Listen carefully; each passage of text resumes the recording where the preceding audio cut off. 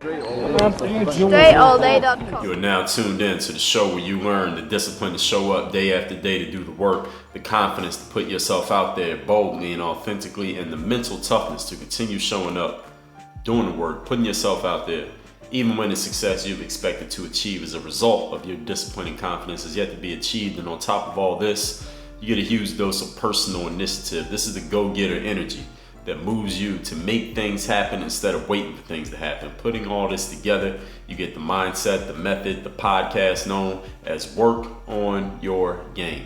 My name is Dre Baldwin, also known as Dre All Day. Welcome to the show. Today's topic is how to take more control over circumstance in life. Now we know that circumstance is something that we often don't have control over. I mean, you think about, for example, the life that you were born into. Your parents, you couldn't control that circumstance. You couldn't control where they decided to live or where you happen to be from or what race they were or how old they were when they decided to have you. You were born into a life full of circumstances that you had no control over choosing and no control to really change much, at least at that young age. But over time, as we get older and wiser and smarter and stronger in so many different ways, we have more control over our circumstances, and we have more control over our ability to assess circumstance, to see it for what it is. And today's topic is about how we can take that power that we have, that I'm going to explain to you where that power comes from and what you can do with it to actually shape circumstance. I logged into thought of this subject because I logged into a website the other day and I saw an advertisement. You know how there are ads on websites, and the advertisement was for business loans. This website was saying you can get a business loan for anything from $5,000 to $500,000. That was the advertisement. And I was thinking to myself as I'm looking at that ad about how these things work, business loans, that is. Now, I've never personally had a business loan. Maybe some of you have. Actually, I've never gotten a loan at all of any kind from a bank. Maybe some of you have. But I remember speaking to a guy who I know who works at a bank. He's a banker. I believe he's a manager at a bank. I don't know exactly what his role is, but he's a manager or something above like the window teller people. But anyway, he was talking about the fact that as a banker, his job is to study patterns. And he said, you know, we want to study the patterns of whomever we're dealing with, any of the customers of our bank, so that we make good decisions about who to give money to and who to do business with. And because we want to minimize risk to the bank. Whenever they make a decision such as lending money to somebody, they want to make a good decision that minimizes their chances of not getting their money back. So in other words, they only lend money to people who have proven that they can make that amount of money, which is smart for the bank, but useless for people who don't have the money, have never had it before. And this is the whole cliche maybe that you've heard when it comes to lending money, when it comes to getting help, when it comes to a whole lot of things in life, is that people only are willing to give it to you when you don't need it, but when you actually need it because you don't have it, nobody's willing to give it to you because they have no idea if they're going to get it back. So it made me think of what we're going to talk about here today. And as we get deeper into the subject, you'll understand exactly how all of this ties together. Now, again, that makes sense for the bank. So I'm not poo-pooing the bank for not being willing to lend money to people who haven't proven that they can make X number of dollars. But I mean, what's the whole point? The only people that a bank are willing to lend to because they want to minimize their risk are people who already got it. So they don't really need it as much as the bank is willing to give it to them. So that's what makes it interesting. Is if any of you ever come to make you get a windfall of money, or for in some way, somehow, it's publicly noted that you have a certain amount of money, you're going to get more and more and more offers for things that now you don't need. If you have bad credit and then you fix your credit and your credit's in really good shape, you're going to start getting all these letters in the mail for credit cards and offers for credit cards and lines of credit, simply because now they see that you have good credit and that your risk profile is a lot more favorable to the financial institution than it was when your credit wasn't good. So we often get offers for things that we don't need as soon as we don't need them. But when we actually needed them in the past, or when we will need them in the future, no one's willing to offer it simply because it doesn't look like we'll be able to cover it. So again, as I get into this subject, you'll understand exactly how all of this ties together. So because all of this begs the age-old question. If we're talking about, let's say, somebody giving you help, You want some help from people, but because you've never really achieved much, not too many people are willing to help you because you don't have many achievements under your belt. So nobody's willing to, hitch themselves to your wagon because they don't know if that wagon's going to go anywhere.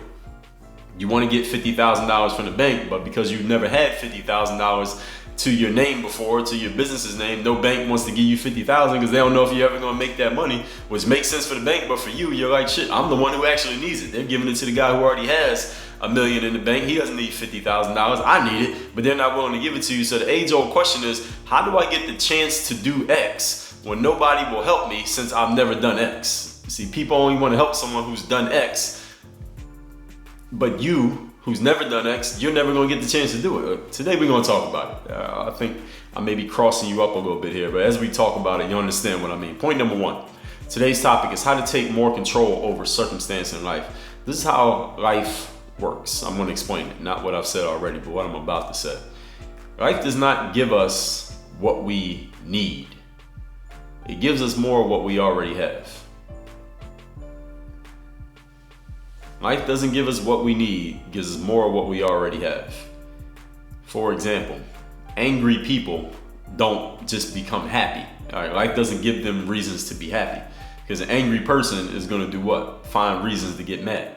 A person who's anxious and nervous, they don't find reasons to calm their nerves, even though the circumstance, which is completely objective, could be a reason for them to calm their nerves. But an anxious and nervous person, when they come across an objective, impartial circumstance, what are they going to see? They're going to see something to be anxious and nervous about. Why? Because that's the type of person that they are. See, people who are out there right now, if you feel like you need some help for wherever you're headed or a situation that you're in right now, usually we don't get the assistance that we feel like, or we have convinced ourselves that we need. What we usually find are more and more reasons why we're not going to succeed without that help. More and more reasons to feel like we need help. All right, you felt like you needed help on a level on a 2, on a scale of 1 to 10 yesterday. And the more you think about it, the more you dwell on it. By the next day, you're going to be at a level 4, and then you're going to be at a 7, and then you're going to be at a 10. Because the more you're paying attention to the fact that you need that thing, the more you're paying attention to the fact that you're mad, the more energy you give to being anxious and nervous, the more reasons you will find, the more reasons you'll cultivate in your own mind that you'll project onto objective, impartial circumstances that will make you think even more of what you were already thinking. It's the law of inertia in action here, folks. Wherever and whomever you are right now, you will become more and more and more of that same person and find yourself more and more in that same space mentally, emotionally, spiritually, until or unless you do something that reverses that momentum.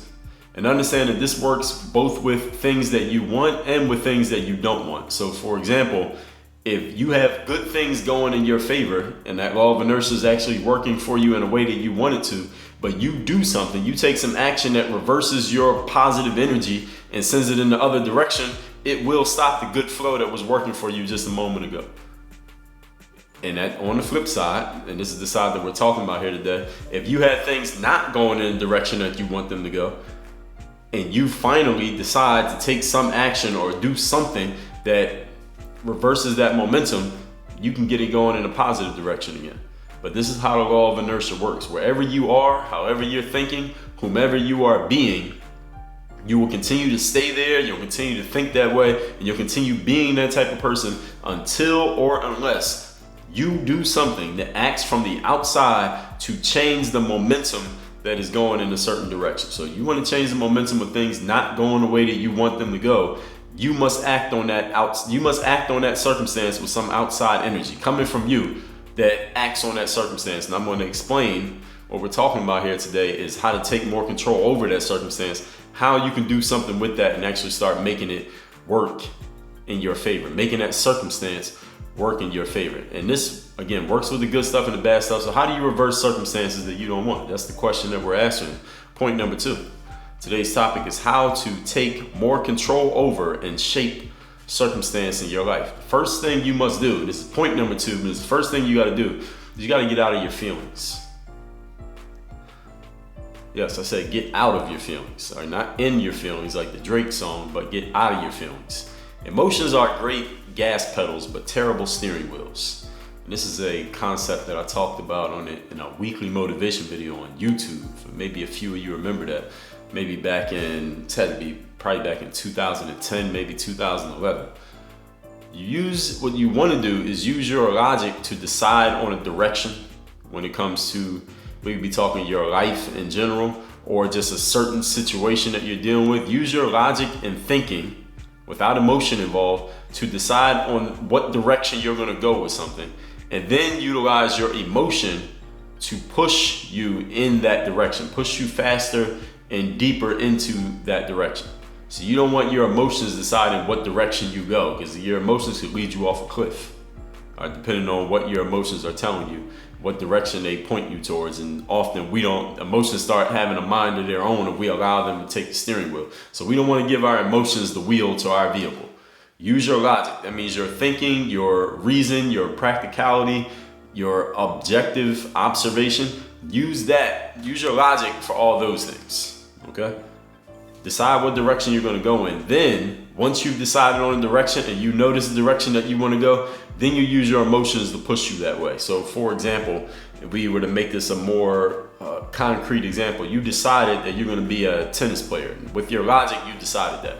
You could have went to law school. You could have started your own business, side hustle business. You could have become an accountant.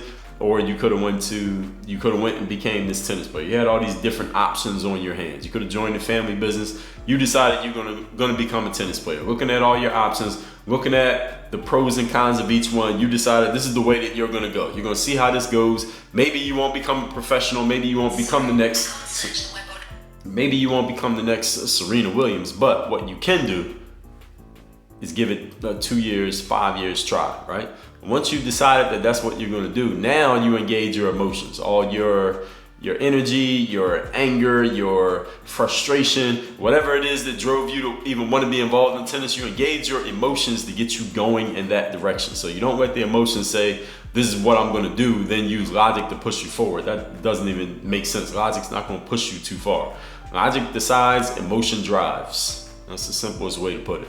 So the second point, this point that we're on right here, again, the topic is how to control circumstance more often in life. Emotion being great gas pedals, terrible steering wheels, using your logic to decide, emotion to push you in that direction, not using emotion to decide, because we've all made this mistakes, and we've all made the mistake of utilizing our emotion to decide on things, and then we come to rue the moment when we made that mistake. We don't realize it's a mistake when we're doing it.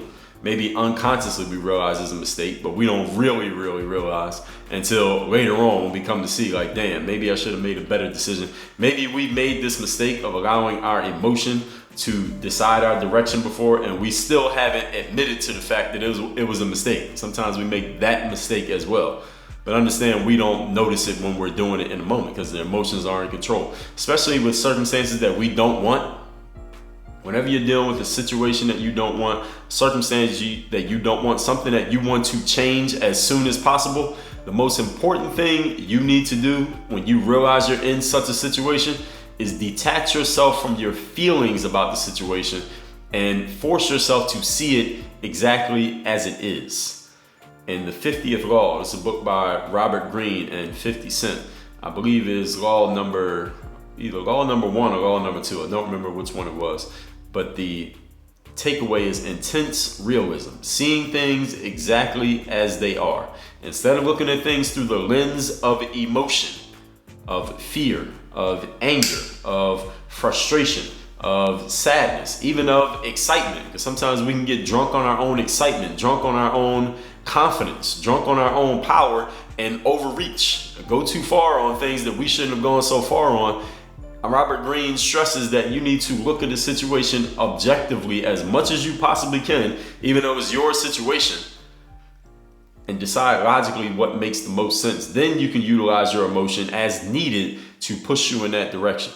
Most important thing you should avoid or I wouldn't even, that's not even the best wording of it, but the thing that you should avoid is allowing your emotions to tell you what the situation is and how you should deal with that situation. Because usually that's not going to take you in a direction that you want to go. It probably will have you wallowing in or just bathing in a certain emotion that's not going to lead you to smart, reasoned, practical action. It's probably not going to change that circumstance in a way that you want it to be changed. It may change it, but not the way that you want it to be changed. Because all of us, actually, let me backtrack before I even get to that point. Detaching yourself from your feelings and seeing the situation for what it is allows you to make logical decisions about what to do. And here's where it helps to have an independent voice to bounce your ideas off of, such as a friend who's willing to tell you the truth and keep it real with you, or a mentor or coach who you've enlisted to be a person that you can bounce ideas off of and let you know really what they think and not be worried about how you feel about it, emotions, how you feel about what they said. Because we all know in marketing and sales, any of you who've ever done anything in that area, you know that human beings, we decide things with emotions and then we use our logic to justify it, to explain it to ourselves, which means that we all can be deceived by our own thought processes. So that's why this is the height of self-discipline, to be able to look at your own thoughts, your own decisions, your own actions, and ask yourself, was that driven by emotion? Was I making a logical decision there, or was I just thinking about what I wanted emotionally and then I fooled myself into believing it was logical? Because we've all made that mistake too. We have all been deceived by our own thought processes, and as the saying goes, we are the easiest ones to deceive. Meaning, it's easiest for us to deceive ourselves than it is for us to deceive another person, or for another person to deceive us. So when you're on the lookout out there in the world for someone to try to deceive you or pull a fast one on you or sneak something by you, understand that the person in the mirror does it to you way more often than anybody else out there in the world is going to do it to you. This is where a coach or a friend or a mentor or someone who can tell you what's real and not just co-sign every idea you have, this is where that person becomes valuable. All right? And in any strong partnership in the world, whether that's a marriage, a friendship, a sports relationship, any type of team, organization, business, anything, any strong partnership you see in any of those areas contains these elements, where one person can be kind of the cold water to throw, the wet blanket individual that can throw themselves on top of any hot idea that another person has, simply because that idea may be based way too much on emotion and not enough on logic. So they balance each other out, and then vice versa, they can do the same for each other. Point number 3, today's topic is how to take more control over circumstances. This is the second thing that you need to do, even though it's the third point in the episode, is you got to identify your target. You want to take control over a circumstance. So once you've cleared your mind of the emotions and you looked at the situation objectively for what it is, that was what we talked about in point number 2. Now you see it for exactly what it is. You don't have your emotions driving you, because again, that's not going to take you where you want to go. Now you got to identify what the target is. This is basically narrowing your focus. Now there may be many targets. There may be many things going on that need to be dealt with, right? Many things happening right now in your life that need to be dealt with. You don't have one target right now. You got a bunch of things that you got to talk to this person right here. You got all these emails piling up that need to be responded to. You got this little fire that is going to eventually need to be put out before it burns everything down. This person over here is acting up. You're gonna have to straighten that person out. You got these things here that have been sitting there for 6 months waiting for your attention, and you told yourself that you're gonna get to them this month. Finally, you got a bunch of things going on at once. So when I say identify your target, that may not seem like too much help for you, but let me explain. See, you can have the shiniest, most accurate gun that anyone ever bought from the gun shop, and again, follow what I'm saying here. But without a target to shoot at, what are you going to hit? So in other words, you can have all the motivation, all the inspiration, all the energy, all the fill in the blank, whatever it is that you feel is your master key, your number one skill that allows you to get things done, whatever that is for you, you can have it on 1,000 right now. But if you don't have a target to aim it at, you're not going to get maximum use out of that tool. What are you going to hit if you don't have a target? So you got to get clear. What's the most important thing that I could deal with right now? Because the topic here today is how to take more control over circumstance. What's the most important aspect of this circumstance that I'm looking at that if I handle this will have the highest level of effectiveness on altering this situation to my liking? I'm gonna say that question one more time just to make sure you got it. What's the one element of this circumstance that if I addressed this right now, to the exclusion of everything else, if I address this one first, doesn't mean the other ones get ignored, but if I address this one first, would have the biggest effect, have the most effective, will have the biggest effect on the outcome of this situation? That's the question that you're gonna ask yourself. I heard a story of Kobe Bryant. He was in high school. I believe it was his junior year. His team lost in the state playoffs. I don't know where in the state playoffs. Maybe it was the semifinals, maybe it was the championship game, but they didn't win. And in the locker room after the game, the story goes, Kobe announced to his teammates, this is never gonna happen again. And then the next year, Kobe Bryant and his team, same team, did indeed win the state championship in the state of Pennsylvania. There's another story of Michael Jordan. When he lost, as a member of the Chicago Bulls, his team lost famously to the Detroit Pistons 3 years in a row in the NBA playoffs. And each year was in a later round. I believe they lost in the first round first, then they lost in the second round, and then they lost to Detroit in the third round. So 3 straight years, Detroit put out the Chicago Bulls on their way to moving on in the playoffs. And Michael Jordan, I read in one of his books that he decided after that third consecutive loss to Detroit that, well, not only did they need to stop losing to the Pistons, but also Michael felt like his body was taking a little bit of a beating. He was getting beat up not only by the Detroit Pistons, but just all over the NBA, because by this point, he had proven himself to be a superstar player. This is a guy that's going to get you 30-something points every given night. Even the opponents knew he was going to do it, and no matter how hard they tried, they couldn't stop him. So they did the best they could to just play him physically, because that was just the best option, and that wasn't even working that great either. But the Chicago Bulls hadn't won a championship yet. The Bulls were pretty good, but they hadn't won a championship yet. And Michael Jordan said he decided right then and there that if I'm going to keep taking this punishment from my opponents, then I'm going to start dishing it out as well. And that's when he went and got himself a trainer, got more serious about taking care of his body and building up his body, and he started to become a more physical player himself on the court. And then the next year, Michael and his team started winning championships. We've all heard the legendary tale of Cortez bringing his men to what is now present-day Mexico. Him and his men hearing that there were many riches and gold to be had within if they were to go deep into the country, and look, they could be the wealthiest people in the world, maybe, based on the stories that they were hearing. They would be kings, basically, with the amount of gold and riches that would be on their hands if they were to go deep into this territory and capture it. The challenge was there were some warriors living in that country called the Aztecs that they would have to go through in order to get there. And the Aztecs weren't just any old warriors. They weren't just any old soldiers. They said these guys were very fierce, that they would eat humans after they defeated them in battle. And this was just hearing about them. Cortez and his men were thinking to themselves, you know what, maybe this is a battle we don't need to fight. Maybe we can go get rich a different way. Maybe we can start a business or something, but I don't know if this is going to be the right fight for us to fight. Maybe we can live to fight another day. When Cortez decided, famously, to burn the boats, quote unquote. And what I heard, the stories that I've read, is that he didn't actually burn the boats. He actually bored holes in them, or had holes bored in them and sunk the boats. But it's the same outcome. The boats were no longer available. He let his men know, listen, we don't have boats anymore, meaning we don't have a way to turn home. So we're going to have to fight these warriors one way or another. So we could either fight them and win, or we could fight them and lose, but we must fight them.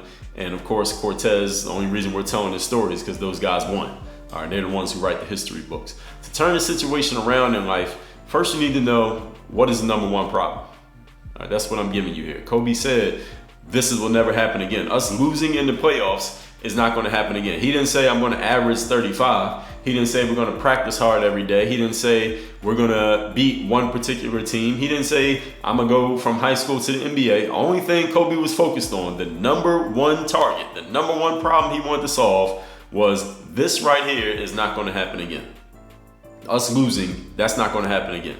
Everything else took care of itself because it all was aligned to go along with that number one target that he had identified as soon as they lost that game. Michael Jordan didn't say we're going to beat the Detroit Pistons. He didn't say we're going to win a championship. He didn't say I'm going to average 30 points a game again. He said I need to start dishing out some of the punishment that I've been taking. That was his number one aim. Now, that didn't mean he wasn't going to try to win the game because he was already trying to win the game. He felt like if he handled this problem of dishing out some pain in addition to taking some pain, that would probably take care of all the other problems that he had. And it turns out Michael made a good calculation because they ended up winning again. They ended up winning the next year, beating those same Detroit Pistons finally, and they started winning championships. Cortez identified the number one problem that his men had was not the fact that these Warriors might be a little bit too fierce or that his men were too small in number or not tough enough or they didn't have the right weaponry to defeat the Aztecs. The number one problem Cortez identified in his men was that they knew they had an alternative to fighting. They knew that they could always turn around and just go home and not have to deal with the battle with these warriors who they heard were very fierce and unlike anything they'd ever seen before. Cortez realized, I gotta eliminate the number one problem here. The number one problem is that they think they have an alternative. So now without an alternative, now they'll do what I want them to do. See, many of us have this laundry list of problems, laundry list of issues, even within one particular circumstance. You might have several circumstances you're dealing with right now in your life. Even within any one of them, you got a laundry list of reasons or / problems that you're dealing with within that circumstance, right? And we're all trying to hit 16 different targets at the same time. Well, no wonder we have the same problems today that we had last week, last month, and last year. Focus is power, ladies and gentlemen. When you focus on a particular issue, one particular thing that you know you need to deal with, that you know needs to be handled, and you just go after that one thing, when it's handled, now everything else gets a whole lot easier. If you're smart in identifying, first of all, prioritizing, then identifying, or we could basically say those are the same thing. Identifying what the problem is and prioritizing what's the most important part of that problem. Addressing that to get the most effective outcome from addressing one particular thing, everything else starts to fall in line like dominoes. So to recap today's topic, which is how to take control over circumstance. Number one thing, understand, point number one. How life works is that it doesn't give us what we need. It gives us more of what we already have. So angry people don't get happy, they get more mad. Anxious and nervous people don't find reason to calm their nerves. They find a reason to be anxious and nervous. People who need help don't get assistance. They find more reasons to believe that they're doomed. This is all the law of inertia. Wherever and whomever we are, we become more and more of that thing until or unless something works from the outside, and that can be ourselves, that reverses that momentum. And this works with things that we want and with things that we don't want. So how do you take control and reverse circumstances that we actually don't want? Point number two, you got to get out of your feelings. Emotions are great gas pedals, but terrible steering wheels. So utilize your logic to decide on a direction, and then utilize your emotion to push you in that direction. But do not use your emotion to decide what to do, because we've all made this mistake before. And here's where it helps to have an independent voice that you can bounce ideas off of, because we decide with emotion, we use logic to justify and explain it to ourselves. That means we all can be deceived very easily by ourselves. We are the most deceptive people to ourselves outside of any marketing person or shady internet scam artist. We deceive ourselves more than anyone else will ever deceive us. This is where a coach or someone you know who can keep it real with you, this is where that person can come in handy a whole lot, because they're not going to just accept your bullshit. And point number three, identify your target. You want to change circumstances, you got to identify what's the main target in this circumstance. What is the sheep that you need, the shepherd that you need to strike, rather, so that the sheep will start scattering. You could have the shiniest, most accurate firearm that exists, but if you don't have a target to aim the gun at, you could be shooting a whole lot of shots, but what are you hitting? You don't even know. Kobe said, we're not going to lose again. Michael Jordan said, I need to start dishing it out Cortez said we got to burn the boats so that nobody believes that we have an alternative to fighting. And once they didn't have an alternative to fighting, they fought because they had nothing to lose. And they had nothing to lose and everything to lose at the exact same time. And usually when we put ourselves with our backs to the wall in that way, we usually win. So the question then for you is, any situation that you're in that you want to turn around, the question is, what's the number one problem that you're solving? What's the number one thing that needs to be addressed within that circumstance? Then, what are you going to do to eliminate that problem? Then, after you answer those questions, then you can go to work. Many of us have this laundry list of problems and we think they're all equal, and we have done no prioritizing of the issues, so we don't know where to begin. We don't know where to end. We don't know what the most effective thing would be. We don't even have a hypothesis on what the most effective thing would be. So we're spending a little bit of time on each one of these laundry list bullet points that we have in a particular circumstance. No wonder that we still have the same problem now that we had before. So focus creates power, people. If you want to alter circumstance in your life, get a focus of what you want to change, what needs to be addressed, and then after you've answered those questions, then you take action. What's going on in the gang group?